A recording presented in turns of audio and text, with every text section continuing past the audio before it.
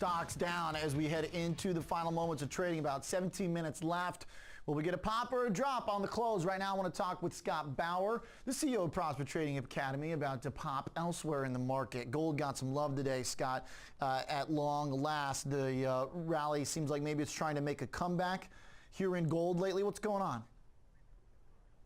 You know, it's really interesting because it's kind of the perfect scenario. Not only do you have everyone kind of running towards the risk haven assets, but you also finally have the dollar backing off a little bit. And I think that this latest push up in gold, what we're seeing today, is as much on the dollar weakening, and albeit the dollar is still near its, its highs, but the dollar coming off a little bit, and that is really helping to support the price of gold here. I mean, I think the bulls out there are probably looking for that 1350 number. I don't think it gets there, but that's what we're seeing in gold over the last 24 hours is, in my opinion, it's really moving on just the tad of weaker dollar.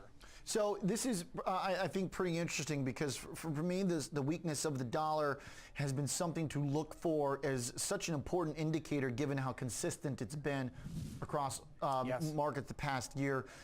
So now at 97.1, it's off those highs. That helps gold. It's interesting to see this in tandem with the stock market sell-off because you've also maybe got the kind of bid from a risk haven type of aspect into gold. I mean, I remember October last year is when it jumped too, right before stocks got ugly. No doubt about it. And that's why I said it's kind of the perfect storm for gold right now. And people looking where they're going to put some money if they're not flooding into the bond market, which they may have missed the boat. I'm not saying that we bottomed yet, but maybe they missed the boat.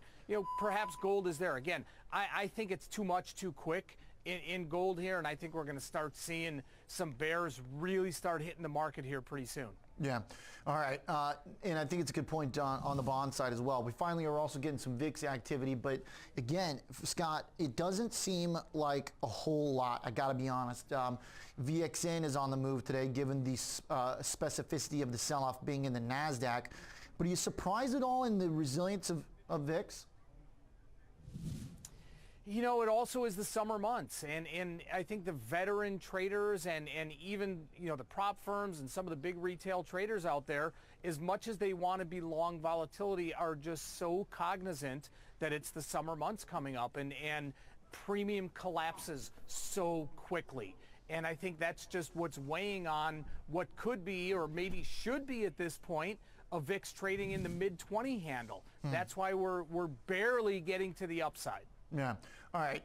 So we'll leave it there for now, Mr. B. I know we got about 14 minutes left till the close. Appreciate you jumping on with us, talking a little safety play here. We're going to continue the conversation with Scott as always, but right now we're going to bring in the closers panel.